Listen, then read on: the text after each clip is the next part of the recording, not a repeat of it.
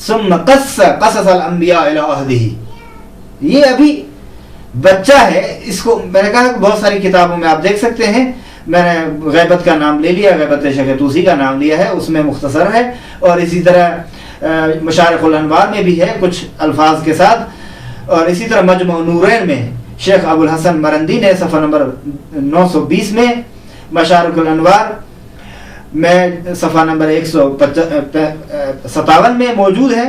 بہرحال یہی بقیت اللہ فی خلقی ہے, وجہ اللہ فی عبادہ, ودیتہ المستحفظہ ہے, وکلمتہ الباقیہ ہے, وہذا بقیت اغصان شجرۃ طوبی, ھذا القاف وسدرۃ المنتہی, ھذا ریحان جنۃ المأوی, ھذا خلیفۃ الابرار, ھذا بقیۃ الاطہار, ھذا خازن الاسرار. یہی امام اصغر علیہ السلام ہے. دیکھیے اس مسئلے کو مرحوم بیاضی نے اپنی کتاب میں بھی بیان کیا ہے, الصراط المستقیم جلد نمبر 2 صفحہ نمبر 209 میں. مرحوم بیاضی وہی روایت بیان کرتے ہیں کہ حکیمہ خاتون نے فرمایا, قرأت علی امہ نرجس وقت ولادتہ التوحید والقدر وآیت الکرسی. بی بی فرماتی ہے کہ جب امام علیہ السلام کی ولادت ہو رہی تھی تو میں نے نرجس خاتون پر, جو ان کی ماں ہے, والدہ ہیں, سورہ توحید کی تلاوت کی, سورہ قدر کی تلاوت کی, اور آیت الکرسی کی تلاوت کی. یعنی یہ تلاوت کر کے ان کو پھونک دیا. فَأَجَابَنِي مِن بَطْنِهَا بِقِرَاءَتِي. جس طرح میں ان کی تلاوت کر دی گئی, اسی طرح اس بچے نے ماں کے پیٹ سے مجھے جواب دیتے رہے. ثم وضعتہ, پھر بچے کو جنا حضرت نرجس نے, ساجدن الی القبلہ, در حالانکہ وہ قبلے کی طرف سجدہ کیا ہوا تھا انہوں نے. فاخذہ ابوہ, ان کے والد گرامی نے ان کو لیا. وقال, اور فرمایا, انطق باذن اللہ, گفتگو کیجئے, نطق کیجئے, بولیے اللہ کے حکم سے, اللہ کی اجازت سے, اللہ کے اذن سے. فتعوذ, تو انہوں نے اعوذ باللہ من الشیطان الرجیم, وسمع, اور بسم اللہ الرحمن الرحیم, وقرأ, اس آیت کی تلاوت, یعنی اعوذ باللہ من الشیطان الرجیم بسم اللہ الرحمن الرحیم کی تلاوت کے بعد, کہنے کے بعد یہ فرمایا, وَنُرِيدُ أَن نَمُنَّ عَلَى الَّذِينَ اسْتُضْعِفُوا فِي الْأَرْضِ. پوری آیت جو ہے سورہ قصص کی 5 اور 6 نمبر آیت ہے. یہ دونوں آیتیں امام علیہ السلام نے تلاوت کی. اور کیا فرمایا گیا, وَصَلَّ عَلَى مُحَمَّدٍ وَعَلِيٍّ وَفَاطِمَةٍ, درود بھیجا پیغمبر پر, امیر المومنین پر, سیدہ فاطمہ زہرا سلام اللہ علیہا پر, اور دوسرے ائمہ, واحداً واحداً باسمہ الی آخرہم, ہر ایک کا نام لے کر درود پڑھتے رہے. وَكَانَ مَكْتُوبًا عَلَى ذِرَاعِهِ الْأَيْمَنِ, اور ان کے دائیں بازو پر لکھا گیا تھا, جاء الحق وزهق الباطل ان الباطل كان زهوقا. یہ جلد نمبر 2 الصراط المستقیم, جلد نمبر 2 صفحہ نمبر 209, الفصل الحادی عشر فی معجزات صاحب الزمان میں.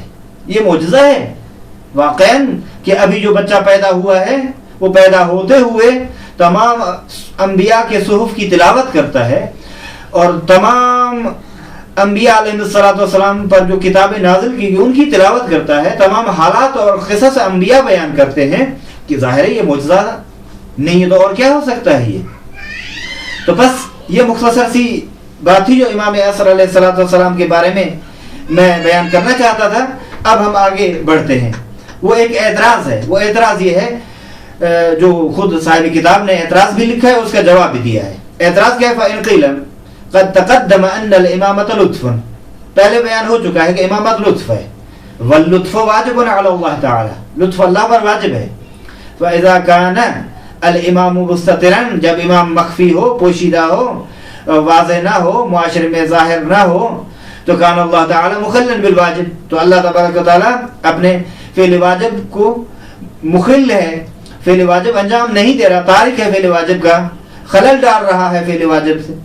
تعالی اللہ عن ذلک علوا کبیرا, اللہ کی طرف یہ نسبت دینا ٹھیک نہیں ہے. اللہ بلند و بالا ہے کہ وہ کسی فعل واجب کو ترک کر دے, چھوڑ دے. تو کیا ہے اعتراض؟ اعتراض واضح ہو گیا. اب اس کا جواب کیا ہے؟ فرماتے دیکھیں یہاں دو قسم کی ذمہ داریاں ہیں، دو قسم کے واجب ہیں. ایک چیز تھی جو اللہ پر واجب تھی، وہ لطف اللہ پر تھا. وہ کیا تھا لطف؟ لطف یہ تھا کہ نصب کرے کسی کو، مکلف قرار دے امامت کے لیے کسی کو. تو اللہ تبارک و تعالیٰ نے امام عصر کو بعنوان امام منصوب کیا اور امامت کی ذمہ داری ان کے ہاں سونپ دی. وہ مکلف ہوئے امامت کے، لذا یہ کام تھا اللہ کا، اللہ نے تو یہ انجام دے دیا ہے. لیکن جو لوگوں کی ذمہ داری تھی وہ یہ تھی کہ اس امام کی اتباع کریں، ان کی پیروی کریں. لوگوں نے وہ یہ نہیں کیا. لذا مخل ایک فعل واجب کے لوگ ہیں، لوگوں نے اس طرح نہیں کیا. حالانکہ امام علیہ السلام کی طرف سے بھی کوتاہی نہیں ہے، اللہ نے بھی اپنے فعل کو انجام دے دیا ہے. عبارت پہ دقت کیجئے، عبارت میں فل جواب یہ ہے کہ اللطف الواجب، وہ لطف جو واجب ہے علی اللہ تعالی، اللہ تبارک و تعالیٰ پر امام میں، هو نصبہ و تکلیفہ بالامامہ، وہ نصب کرنا امام کا اور تکلیف دینا ہے اسے امامت کی. واللہ تعالی قد فعل ذلك، اللہ نے یہ انجام دیا ہے. فلم یکن مخلا بالواجب، بس اللہ فعل واجب کو ترک کرنے والا نہیں ہے. وانما الاخلال بالواجب من قبل الرعیہ، خود یہ رعیت امام ہے، ان کی طرف سے اخلال بالواجب ہو رہا ہے، وہ ترک کر رہے ہیں، اپنے ذمہ داری کو انجام نہیں دے رہے. فإنهم يجب عليه أن يتابعوه، واجب تھا ان پر کہ ان کی اتباع کریں، پیروی کریں. ويمتثلوا أوامره ونواهيه، اور ان کے اوامر اور نواہی کی کو بجا لائیں، امتثال کریں. ويمكنوا من أنفسهم، اور اپنی طرف سے ان کو طاقت بھی يفعلوا ذلك، چونکہ انہوں نے اس طرح یہ نہیں کیا. كانوا مخلين بالواجب، وہ اس فعل واجب کو ترک کرنے والے ہو گئے. فہلاکہم من قبل انفسہم، بس ان کا ہلاک ہونا اپنے نفسوں کی جانب سے ہے. فإن قیل، بس اگر یہ کہا، یہ اعتراض ہوا اور اس کا جواب، اعتراض یہ تھا کہ امام تو موجود نہیں ہے اور آپ یہ کہتے کہ امامت لطف اللہ پر واجب ہے. جب امام نہیں ہے تو در حالانکہ اللہ اس اپنے فعل واجب کو چھوڑ رہا ہے، ترک کر رہا ہے. جب یہ اعتراض ہوا تو ہم نے کہا کہ نہیں، اللہ پر جو چیز واجب تھی امامت کے بارے میں وہ یہ تھا کہ کسی کو امام منتخب کرنا، وہ اللہ نے انجام دیا ہے. کسی کو امامت کی ذمہ داری سونپنا، وہ اللہ نے کسی کو دے دی ہے. وہ امام عصر علیہ السلام ہے. کچھ ذمہ داری بحث امامت میں لوگوں پر عائد ہوتی ہے، وہ لوگوں پر جو ہے لوگوں نے یہ چھوڑ دیا ہے، لوگوں نے اپنی ذمہ داری کو پورا نہیں کیا، وہ غافل ہو گئے. لہذا جو گنہگار ہوئے لوگ ہوئے، جو تارک ہوئے ذمہ داری کے، وہ لوگ تارک ہوئے ہیں. نہیں یہ کہ اللہ تبارک و تعالیٰ ذمہ داری کو چھوڑ رہا ہے اور فعل واجب کو انجام نہیں دے رہا، اور نہ ہی امام علیہ السلام. لہذا ایک سوال جو آخری سوال ہے اس کتاب کے اعتبار سے وہ یہ ہے کہ ہم جب امام علیہ السلام کے بارے میں یہ دیکھتے ہیں کہ بھئی امام ظہور فرمائیں گے، جب ظہور کریں گے تو کیسے پتہ چلے کہ یہ امام ہے؟ اس وقت ان کی معرفت کیسے حاصل ہو سکتی ہے؟ فرض کریں کہ ہم اس زمانے میں موجود ہیں، امام نے ظہور کر لیا، اب ظہور کر رہے ہیں امام، ہمیں کیسے پتہ چلے کہ واقعاً یہ امام ہے یا نہیں؟ اس کا جواب یہ دیکھیں، کہتے ہیں واضح ہے، معجزے کے ذریعے سے ہی انسان پہچانا جائے گا، چونکہ وہ ادعا امامت کر رہے ہیں اور ادعا امامت کے لیے دلیل لا رہے ہیں، دلیل وہ ان کے لیے معجزہ ہے. عبارت یہ ہے فَإِنْ قِيلَ، اگر یہ کہا جائے مَطَّرِيقَ إِلَى مَعْرِفَتِهِ حِينَ ظُهُورِهِ، کیا راستہ اور طریقہ ہے، کیا سبیل ہے کہ امام کی معرفت کی، حین اس وقت جب امام ظہور فرمائیں گے، بعد استطارہ علیہ السلام، بعد اس کے کہ امام پہلے غائب تھے، مخفی ہیں اور غیبت میں تھے، اس کے بعد جب ظہور فرمائیں گے غیبت کے بعد، غیبت ختم ہو جائے گی، وہ غیبت کبریٰ بھی ختم ہو جائے گی، تو اس وقت کیا آپ کے پاس کوئی طریقہ کار ہے جس کی بنا پر امام علیہ السلام کو پہچانے؟ فرماتے ہیں فالجواب، جواب یہ ہے الطریق الی ذلک ظہور المعجز علی یدہ، طریقہ اور طریقہ کار اور سبیل اور راستہ یہ ہے کہ امام علیہ السلام کے ہاتھ پر معجزہ ظاہر ہوگا، اور تمام انبیاء کو ماننے والے، مثال کے طور پر حضرت موسیٰ کو ماننے والے جو لوگ تھے، وہ بھی جب ہوں گے تو امام سے کہیں گے جس طرح حضرت موسیٰ نے معجزہ دکھایا تھا اسی طرح کا معجزہ دکھاؤ، تو امام علیہ السلام وہ معجزہ دکھا دیں گے. حضرت عیسیٰ کے ماننے والے وہ بھی کہیں گے، وہی مطالبہ کریں گے حضرت عیسیٰ کے معجزوں کی طرح. لذا جو پیغمبر کے زمانے میں افراد ہیں، جو پیغمبر کے زمانے میں معجزات ہوئے، جو پیغمبر نے معجزات انجام دیے ہیں، ان کے بارے میں سوال کیا جائے گا تو امام علیہ السلام یعنی تمام انبیاء کے معجزات امام عصر علیہ السلام دیکھیں، چونکہ ان سب کا مطالبہ کیا جائے گا، امام علیہ السلام ان کو معجزہ دکھلائیں گے۔ یہ مختصر سی گفتگو تھی امام عصر علیہ السلام کے بارے میں، اس کتاب میں جو موجود تھی۔ ہم چاہتے ہیں کہ کچھ اس مسئلے کو بڑھائیں اور کچھ اور مطالب ہیں اسی سلسلے میں کہ بیان کر دیں۔ وہ مطلب یہ ہے، سب سے پہلے ہم امام علیہ السلام کے بارے میں یہ دیکھیے کہ امام علیہ السلام کے لیے دو غیبتیں ہیں، ایک کا نام ہے غیبت کبریٰ، ایک کا نام ہے غیبت صغریٰ۔ غیبت صغریٰ یعنی مختصر غیبت، وہ مختصر عرصہ جو تقریباً 70 سال کا عرصہ بنتا ہے، جس کو غیبت صغریٰ کا نام دیا جاتا ہے۔ یعنی غیبت صغریٰ وہ غیبت جس میں 4 نائبین کے ذریعے سے امام علیہ السلام ارتباط اور رابطہ رکھتے تھے لوگوں کے ساتھ، اور لوگ اپنے مسائل بیان کرتے تھے ان کو، اور ان میں سے ہر ایک اپنے اپنے وقت میں، اپنے ایک ہی وقت میں 4 نہیں تھے، لیکن ہر ایک اپنے اپنے وقت میں امام علیہ السلام کا نائب تھا۔ مثال کے طور پر عثمان ابن سعید یہ امام کے نائب ہیں، محمد ابن عثمان یہ ان کے نائب ہیں، ابو القاسم حسین ابن روح نوبختی یہ ان کے نائب ہیں، اور آخری جو نائب تھا وہ علی ابن محمد سمری، جن کی وفات 329 ہجری میں ہوئی ہے۔ ان کے بعد غیبت کبریٰ کا آغاز ہوا۔ بس غیبت کبریٰ کا جب آغاز ہوا تو اب اس غیبت کبریٰ میں نیابت خاصہ نہیں ہے۔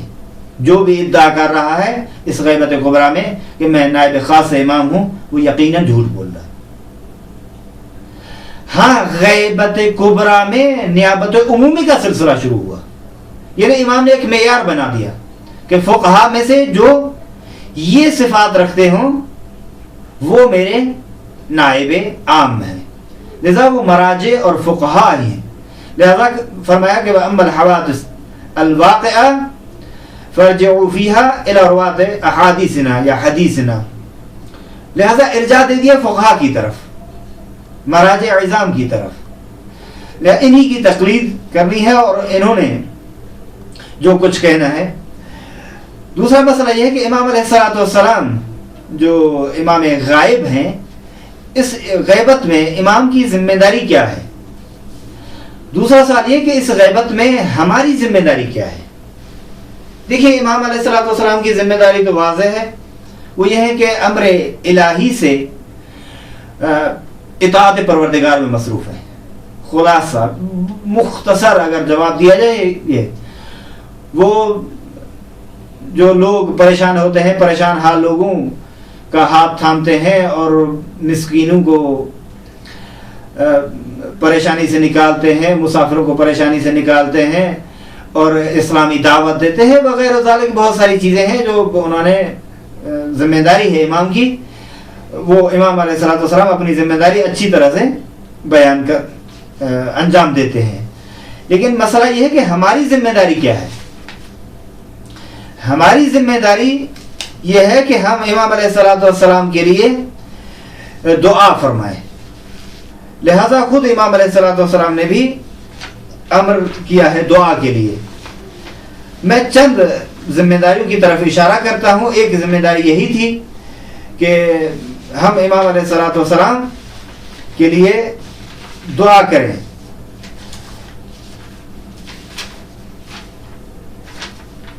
اچھا، دوسری جو ہماری ذمہ داری ہے وہ یہ ہے کہ ہم عصر غیبت میں امام علیہ السلام کے متعلق جو کتابیں لکھی گئی ہیں ان کا ہم مطالعہ کریں، ان کو دیکھیں کہ وہ کون کون سی ہیں۔ اور مثال کے طور پر امام علیہ السلام کے لیے جب ہم دعا کرتے ہیں تو اس کا فائدہ کیا ہے؟ اس دعا کا یہ ایک بحث ہے جداگانہ انشاءاللہ، جس کو ہم بیان کر دیں گے۔ اور دوسرا یہ ہے کہ امام علیہ السلام کی تعجیل ظہور کے لیے دعا کریں۔ ہم امام علیہ السلام کی غیبت میں امام علیہ السلام کے حفظ و امان کے لیے ہم دعا کریں، صدقہ دے دیں، اور اسی طرح بہت ساری چیزیں ہیں جو ہمیں انجام دینی ہے۔ لیکن ان میں سے چند چیزیں جو عنوان فائدہ دعا ہے امام کے لیے وہ میں بیان کر دیتا ہوں۔ مثال کے طور پر امام علیہ السلام کے لیے جب آپ دعا کرتے ہیں تو یہ دعا افضل الاعمال ہے، روایات میں یہ استعمال ہوا ہے، افضل الاعمال۔ دوسرے نمبر پر کہ انہ موجب لطول عمر. اب یہ غیبت کے بارے میں دو نظریے بیان کر چکا ہوں. ایک نظریے کے مطابق یہ ہے کہ وہ جب امام کے لیے دعا کرتے ہیں تو امام کی زندگی اور طولانی ہو، یہاں تک جب اللہ اذن دے گا تو وہ ظہور فرمائیں گے. تیسرے نمبر پر یہ ہے کہ مغفرت کا سبب ہے. جب امام کے لیے دعا کرتے ہیں آپ لوگ تو مغفرت کا سبب ہے یہ. چوتھا نمبر پر امام کی اطاعت ہے، اصلا خود امر امام ہے، تعمیل حکم امام ہے. اور دوسرے نمبر پر تعظیم شعائر الہی ہے. دوسرے نمبر پر گناہوں کی بخشش کا سبب ہے. اور یہ ہے کہ ادائے اجر رسالت ہے، احیاء امر معصومین ہے. اور امام علیہ الصلوۃ والسلام کے لیے دعا مانگنا اپنے رزق کے وسعت کا سبب ہے. اور اسی طرح حضرت فاطمہ زہرا سلام اللہ علیہا کی شفاعت کا سبب ہے. اور اسی طرح دوسری بھی چیزیں ہیں، جس طرح مثلا بہشت میں درجات بڑھ جائیں گے، اور اسی طرح قیامت میں انسان پیاس سے محفوظ رہے گا، یا یہ ہے کہ قیامت میں مونس اور انسان کے لیے ہمدم بنے گی. یہ دعا جو انسان کرتا ہے برزخ میں بھی اسی طرح اللہ تبارک و تعالیٰ کی خوشنودی کا سبب ہے.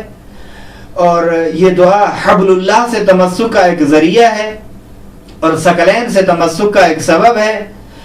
اور دعا کرنے والا جو ہے وہ فخر اور مباحات میں آ جائے گا. اللہ تبارک و تعالیٰ اس ایسے بندے پر فخر اور مباحات کریں گے. ایمان کے مکمل ہونے کا یہ سبب ہے، اور اللہ کے نزدیک محبوب ترین اعمال میں سے ہے، اور بہترین اعمال میں سے ہے. آسان ہوگا قیامت میں حساب و کتاب اگر یہی دعا ہم کرتے رہیں. گناہوں کی بخشش کے لیے میں پہلے، اور بہشتی ہو جائے گا انسان. خود انسان کی عمر بڑھتی رہے گی جب امام کی طولانی عمر کے لیے یا امام کے لیے آپ دعا کریں گے. تو دوسرے ائمہ کا حکم بھی تھا، جس کی وجہ سے تعظیم الہی بھی ہے، تعظیم دین خدا بھی ہے، اور فتنوں سے بچنے کے لیے بھی یہ چیز ہے. شیطان کی ناراضگی کا سبب ہے. اور امام کے انتظار کی ایک علامت یہ ہے، آپ جب دعا کر رہے ہوتے ہیں در واقع آپ یہ اظہار کر رہے ہوتے ہیں کہ میں منتظر ہوں. اور امام کے ساتھ قلبی اور اندرونی جو رابطہ ہے اس کا ایک قسم کا اظہار ہے. نعمتوں میں اضافے کا سبب ہے یہ دعا. اسی طرح بہت ساری اور چیزیں بھی ہیں جو وہ عنوان ہے. اس کو آپ مکیال المکارم میں فی فوائد الدعاء للقائم میں سید محمد تقی موسوی اصفہانی نے تفصیل سے ان کو بیان کیا ہے. آپ وہاں رجوع کیجئے. لہذا ہم اور زیادہ مزاحمت ایجاد نہیں کرتے آپ کے لیے، فقط چند اور مطالب اسی ذیل میں بیان کر کے ہم بحث امامت کو اسی پر اختتام کرتے ہیں. یہاں بہت سارے اور مسائل ہیں جس کو صاحب کتاب نے بیان نہیں کیا. مثال کے طور پر علم ائمہ کے بارے میں نہیں بیان کیا کہ ان کا کتنا علم ہے کیا نہیں ہے. ولایت کے بارے میں بیان نہیں کیا کہ ان کی ولایت کیسی ہے، کتنی ہے، ولایت کی حدود کیا ہیں وغیرہ ذالک.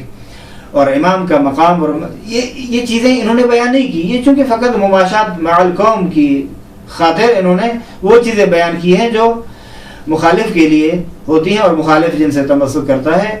لہٰذا مخالف کو سمجھانے کے لیے یہ چیزیں اکثر بیشتر بیان کی جاتی ہیں. باقی تفصیلی یہ مسائل جو ہے کسی اور موقع پر ہی صحیح، لیکن علم امام کے حوالے سے میں اگر علامہ طباطبائی کا یہاں قول نقل کر دوں تو بجا ہوگا، بیجا نہیں ہوگا. کہ علامہ طباطبائی کہتے ہیں کہ کاش کہ ہم علم امام کو بصائر الدرجات اور اصول کافی سے لے لیتے. یعنی ان کی مراد یہ ہے کہ جب ہم ان روایات کی طرف رجوع کرتے ہیں تو ہمارے لیے بات واضح سی ہو جاتی ہے، اور ہم پھر علم امام کے بارے میں پریشان نہیں ہوتے. بس اس بحث علم امام کو فقط چند جملوں میں بیان کر رہا ہوں. دیکھیں امام کیا ہے. امام کے بارے میں دیکھیں، امام ہادی ہے، ہادی حق للخلق، تمام مخلوق کا، نہ صرف انسانوں کا ہادی ہے. لہذا جن کا ہادی ہے، ہادی کے لیے ضروری ہے کہ تمام خلق سے آگاہ ہو، واقف ہو، علم رکھتا ہو، الا ہادی الخلق نہیں ہو سکتا. خوب، دوسرے نمبر پر امام علیہ السلام حجت حق ہیں، حجت علی الخلق ہیں. تمام خلق پر حجت ہونے کا مطلب یہ ہے کہ تمام خلق سے واقف ہو، آگاہ ہو، ان کی زبانیں ہیں، ان کے مسائل ہیں، سب چیزوں سے. یعنی جب تک تمام خلق سے الی یوم القیامت واقف نہیں ہوں گے تو امام نہیں کہہ سکتے، حجت علی الخلق نہیں کہلا سکتے. یا بہت ساری روایت میں ہے کہ مثال کے طور پر معصوم فرماتے ہیں ہم علم ما کان اور ما یکون اور سیکون رکھتے ہیں. یا فرماتے ہیں کہ امیر المومنین علیہ السلام اعلم بما فی السماوات، ہم ما فی السماوات میں اور اعلم ما فی الارض، یہ جانتے ہیں ہم سب کچھ. یا بعض روایتوں میں کہ نعلم ما فی الاخرۃ وما فی الدنیا، جو کچھ آخرت میں ہوگا ہم اس سے واقف ہیں، جو کچھ دنیا میں واقع ہو رہا ہے اور ہوگا ہم واقف ہیں اس سے. مثال کے طور پر ہم محلہ اجنہ کو جانتے ہیں، ہم ملائکہ کو جانتے ہیں، ہم عرش کو جانتے ہیں، ہم لوح کرسی کو جانتے ہیں، ہم بیماریوں کے بارے میں خبر رکھتے ہیں، مریضوں کے بارے میں خبر رکھتے ہیں. ہم خزان علم اللہ علی الخلق. اور ہمارے پاس جفر ہے، ہمارے پاس جامع ہے، ہمارے پاس مصحف ہے، اور اسی طرح کی بہت ساری چیزیں ہیں جو بیان کی جاتی ہیں روایات میں. ان سب کو اگر انسان ایک جگہ پر جمع کر کے ایک نتیجہ نکالے وہ یہ ہے کہ امام علیہ السلام علم ما کان و ما یکون و ما هو کائن رکھتے ہیں، جو کچھ ہوگا رکھتے ہیں. لذا علم امام کوئی ایسی بات عجیب سی نہیں ہے کہ انسان اس سے وحشت کھا جائے یا خواہ محدود کرنے لگ جائے. نہیں، واضح ہے روایات میں اس حقیقت کو اس کے بارے میں. اور اس کے لیے بہتر یہ کہ بصائر درجات باب نمبر 7 اور اس کے بعد میں ابواب کی طرف رجوع کیا جائے.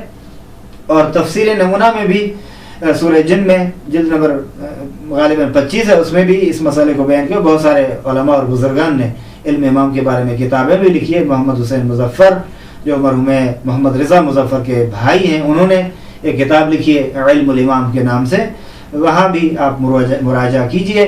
لہذا علم امام کے بارے میں اس سے زیادہ بحث کرنا وقت نہیں ہے، جس کی وجہ سے ہم نہیں کر سکتے.